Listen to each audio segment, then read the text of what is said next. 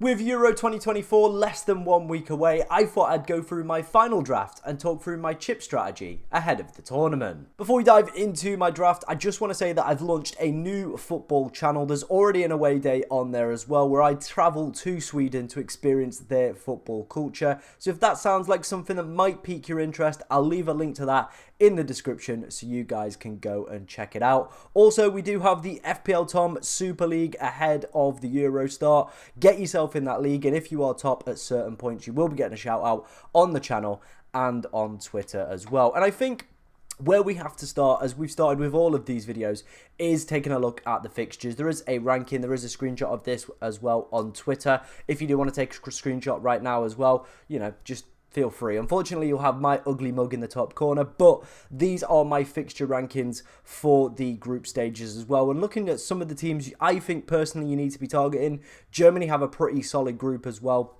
I expect them to do quite well in terms of their fixtures. Switzerland and Hungary, definitely worth maybe picking up one or two of their players. Group B, probably a little bit like the group of death, unless you're playing Albania, probably not worth looking at. England, you would feel that they should win every group game here. That's not just me being a little bit confident. The data also suggests that as well. So they're quite a strong team to potentially go and target. Denmark, interestingly as well, with their opening game against Slovenia, might be a team you want to take a look at as well.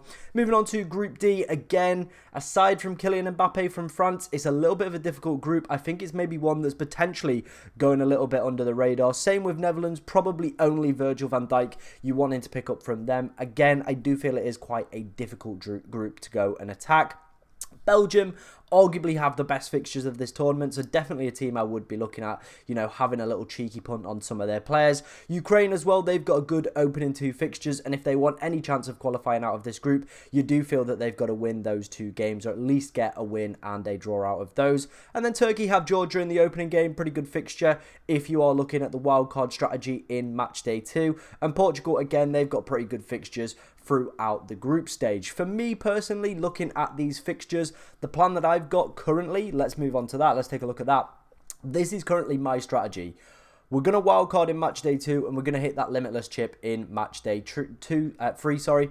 So the plan is to use the first draft just to target those sweet Matchday 1 fixtures, in particular Italy, obviously with their really good defensive data. We'll come on to talk about that in a little while as well. Obviously, they're playing Albania in game week 1. After that, Spain and Croatia. Probably don't want to load up on any of their players. Otherwise, wildcard in 2 to target the easier fixtures in that game week. And then limitless in Matchday 3 to get all the premium assets with easy fixtures in Matchday 3. Now, the reason I've done it this way around rather than limitless in Matchday 2 is a lot of the top teams do feature on that final day with very, very easy fixtures. Now, some people might argue that, by that point, a lot of the teams might be already through, so there might be some rotation. Very valid point, but we're all going to experience that rotation regardless of if we use that limitless chip as well. And if there is some rotation, some of the more lesser premium assets are still quite expensive from the top sides as well. So definitely something to consider with that one as well. And then obviously we do get unlimited transfers for the round of 16, essentially meaning we have 4 free hits at the start of the game. So that is why I'm currently on this strategy. I am thinking maybe I might be able to hold on to that wildcard till Matchday 5. The team looks in pretty good shape. We do get 2 free transfers as well, so I've already got those kind of lined up as we'll come on to see the team in a little while. The free transfers are definitely easy and definitely lined up in that case, but obviously you don't want to kind of plan that out because sometimes, you know, certain players don't play or certain players get injured or suspended, and we could be left in a little bit of a pickle. So I do feel it is nice having that wildcard available for Matchday 2 if we need it, but I think we might be able to hold off. But let me know what you think of my team down in the comment section when we go to see it, and let me know what your strategy is for the start of Euro Fantasy. Are you like me, wildcarding in Matchday 2 and limitless in Matchday 3, or are you looking to hold off that wildcard till a little bit later in the game? Moving on to some predicted data ahead of the group stage. Elvenify coming in clutch with this one. Go and check his Twitter and his website out. Again, both of those will be in the description to this video. Starting off, we're going to take a look at predicted clean sheets. I feel this is a really good metric for picking out defenders that we definitely want to target, especially if you like me looking at individual game weeks as well, with kind of, in essence, a free hit every single week. So match day 1, Italy with 53% probability of a clean sheet. So definitely worth taking a look at some of their players. players. Germany and Belgium as well, quite high up on there. But interestingly, in second place is Denmark.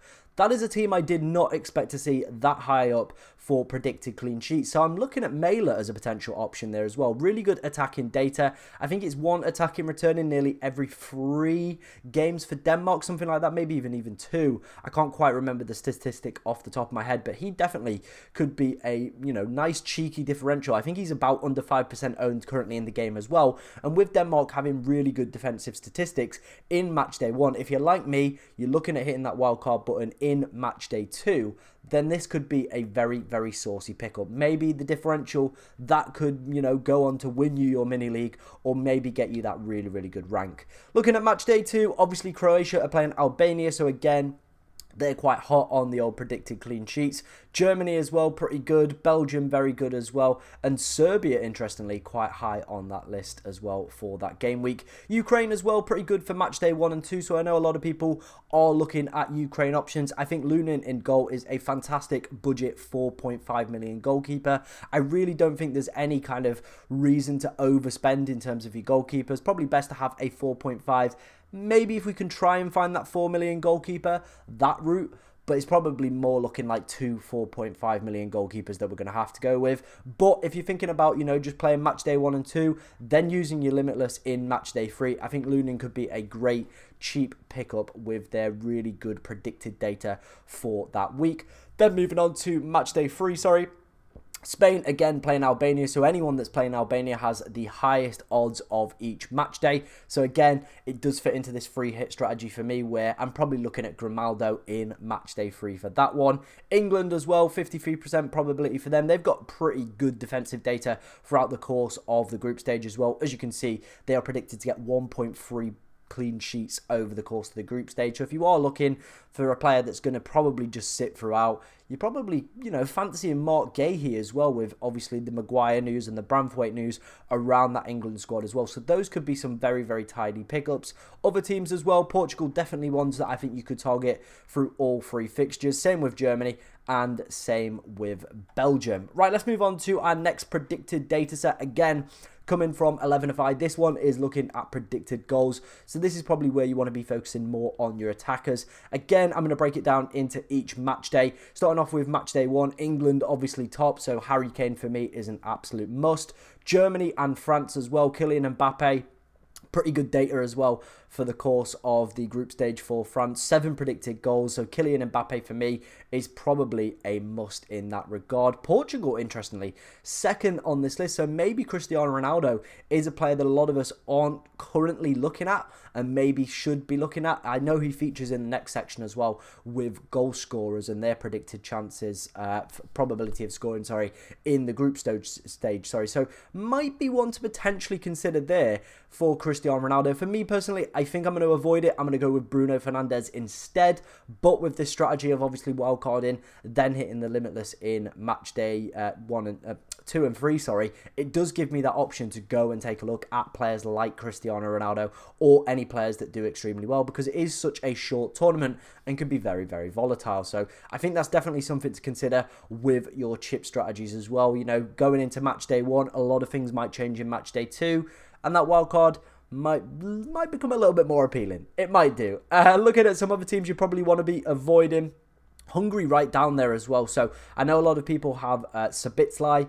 Probably a player I would not be going for. Looking at the predicted goal scoring data, only predicted 3 goals across the group stage. So probably one of those players that I don't think I would be taking a look at. If I was to go for any of these kind of cheaper maybe midfielders, I think Turkey and Switzerland a little bit higher up in the rankings, kind of in the mid-drift if you like, with Xherdan Shaqiri and obviously Çalhanoğlu as well. They're probably my 2 favourite picks for those 2 in terms of that. But yeah, that was predicted goal scoring data, again coming from Elvenify. Let's take a look at individual player data. So this is the probability of scoring in each match day. As you can see, Kylian Mbappe clear at the top, so I think he's essential.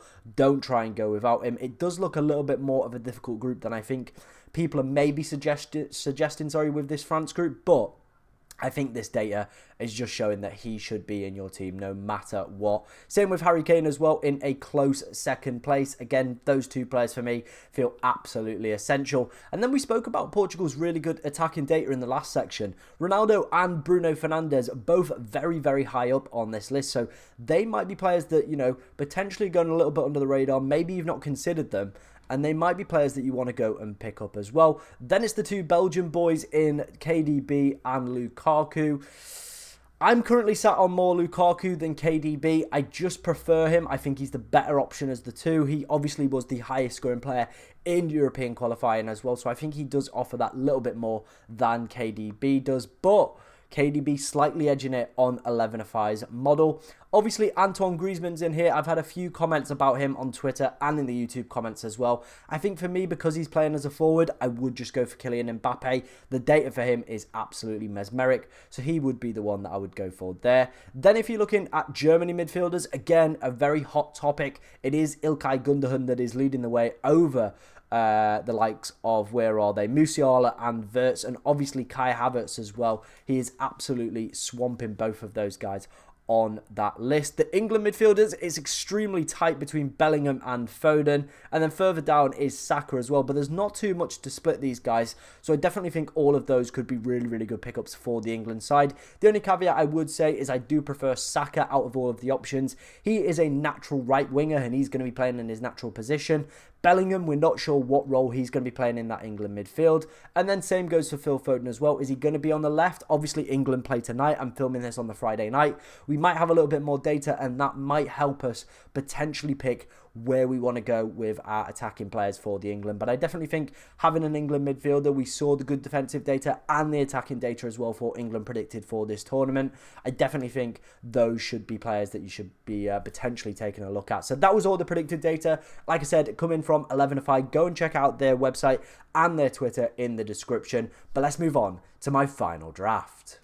And the moment you have all been waiting for, it is my final draft for Euro Fantasy 2024. We're going to start off with our goalkeepers.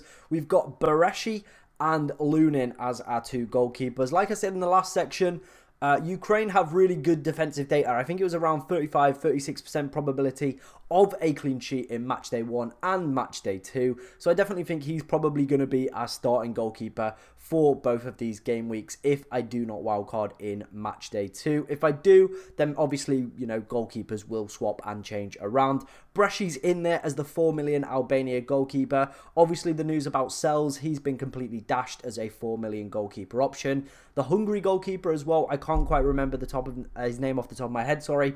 He obviously didn't feature in Hungary's last friendly, so that's why I've replaced him and gone for the Albania goalkeeper. But again, let's see how the friendlies go this weekend. Come the final team selection, again, we might have a different goalkeeper in that 4 million slot. But like I said, for me, I don't think goalkeepers are worth spending a boatload of money on. 4.5s, I think, will be completely fine. There isn't too much upside in goalkeepers in any game, for me, any fantasy football game. So I definitely think it's better spending the money in the kind of further forward areas, if you like, of your team. Right, let's start off with our defence. Obviously, we're going to go for Mittelstadt. He featured in Germany's last international friendly as well. It looks like he's going to be the starting left back for Germany at this Euros. 4 million for him seems like an absolute bargain, if you ask me as well. So I think he's going to be under a lot of people in kind of the know and in the community are definitely going to have him. So if you are looking for that slight edge over your mates in your mini league, maybe they don't watch Euro fantasy content, then he could be the one that could do exceptionally well. Gets you a nice, cheap, easy route into that Germany defence. And if you're thinking about maybe holding off your chips till a little bit later in the game as well, they have really good predicted data throughout the course of the group stage for clean sheets. So it would not surprise me to see Germany pick up maybe 1 or 2 clean sheets along that period. Moving on to our double Italy defence, we've got Di Lorenzo and we've got DiMarco. DiMarco featured, both of the players featured in Italy's last friendly, but DiMarco was the standout player for ball recoveries and got man of the match in that game. Had a stupendous stupendous game. There we go, I can get the word out eventually. 5 goals, 5 assists for him so far this season as well, so absolutely flying at club level. Di Lorenzo probably going to be playing right back. It did look like Italy did switch to a 4 at the back system rather than a 5, so that might limit some of the players maybe bombing forward, maybe getting those attacking returns. But with Italy having the highest percentage chance of getting a clean sheet in match day 1, I'm very, very hot on these two guys. I think if I was to drop any of them, it probably would be Di Lorenzo and it probably would be Vermaelen. Like I said, some pretty good numbers for Denmark in terms of predicted clean sheet in match day 1. So I think that could be a nice cheeky pickup. Maybe again could be my differential at the back. Moving on to our final defender. I've seen some people go for Jeremy Frimpong off the back of his very, very good performance for Holland last night, so Thursday night. But we're going to go with Van Dijk. He's been confirmed on penalties. Again, I do feel like this is a little bit of a cheat code. It could go one way. He could be amazing, gets the clean sheet, gets the penalties, or he could be a little bit of a trap and we've kind of sunk a lot of money into a centre-back. It could be one of those. Jeremy Frimpong could be the star player, or Denzel Dumfries as well. Both of those players are competing for the same position in that one. So that, for me, I don't think it's worth the headache, so I'm just going to go for Virgil van Dijk, and with him being on penalties, for me, it does seem like a little bit of a no-brainer. Moving on to our bench defender, it is going to be Wout Faes. He's 4 million, looks likely to play for Belgium as well. Again, if that's not the case, we might move to a Romanian defender. I think they've got a 4 million one. He's just going to be a cheap bench player that plays, and that is the plan for the bench with this one, to have players that play, but are pretty cheap and reasonable as well. Right, let's move on into our midfield. We're going to start off with Bukayo Saka. Like I said in the last section, he might be down there in terms of predicted kind of probability of scoring amongst the England midfielders, but I do feel he is going to be in his natural position, so hopefully should flourish under Gareth Southgate. Let's hope so, especially for England's sake as well. So he's the midfielder I'm currently sat on, but obviously, like I said, England do play tonight against Iceland. I'm expecting a strong lineup, and if, you know, one of the other players, Foden or Bellingham, absolutely goes and cooks, I think then we might have to do a little bit of rejuggling with the England midfielders. But I definitely think it is worth having one of them. They've got stellar games throughout the course of the group stage. So if I don't wildcard in match day 2, then, you know, Saka's one of those players that I still would be very happy keeping for that match day. Moving on to our first captain of the match day. It is going to be Ilkay Gundogan. Like I said, he was top for predicted scoring amongst all Germany midfielders, and obviously Kai Havertz in that forward position as well. I think with him being on penalties as well, I think it's an exceptional thing to have. I know a lot of people have said maybe he's a trap, maybe he's a player that I shouldn't go for, but he's had a phenomenal season at Barca. We've seen what he can do as well in FPL for Manchester City. So I think he's a fantastic player for your midfield as well. At 7 million, could be a right little bargain in that midfield area. Moving on to our final one, it is going to be Jorginho. He's 5 million. Again, with Italy playing Albania, I'm not too keen on any of their forwards, but I thought for 5 million, if he does take some penalties, maybe get some ball recoveries as well, he could be a nice little pickup at that dirt bottom price for me personally. That's the only reason that he has made it into this side. Moving on to our bench, we do have Çalhanoğlu. He is obviously the key figure for Turkey. He might be playing a little bit of a deeper role, so that might be a little bit of a concern for me.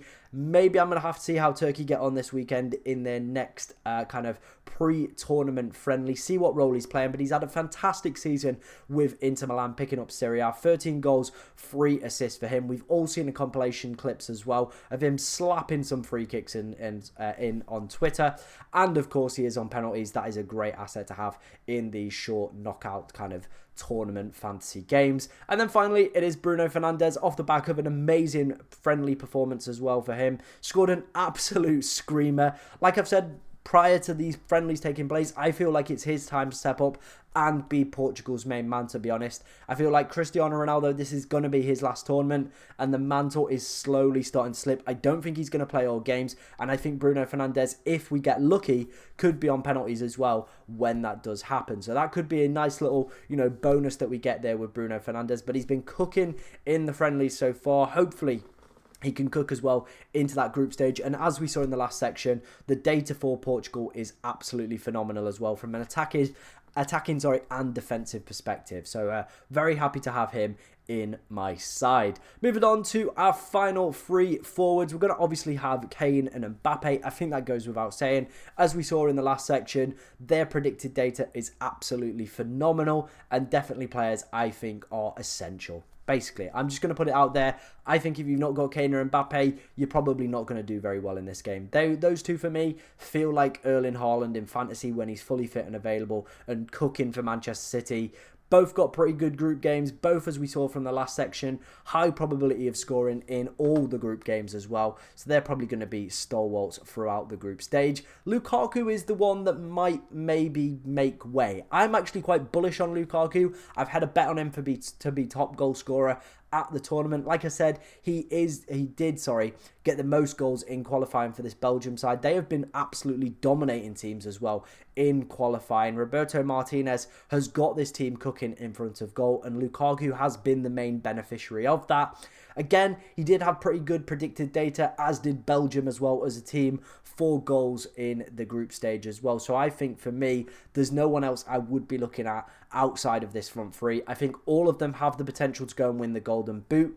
All of them have pretty nice group games as well, where I could see them scoring at least a couple of goals as well. So for me, this is the ideal front three. I've had it since probably my second draft, and I'm not going to change, I don't think, going into my final team selection. So that was my final draft ahead of match day 1. Let me know what you think of it down in the comment section below. If you did enjoy any of the content as well that you saw on the channel, be sure to like, comment, and subscribe. And like I said at the top of the video, we have started a new football channel, so if you want to go and check that out, again, there will be a link to that in the description. Obviously, plenty of other content coming your way throughout the week in the build-up. There's going to be a few live streams as well. There will be a deadline stream as well, so get the little notification bell all ticked and ready for that one. But thank you very much for watching today, ladies and gentlemen, and good luck in match day 1.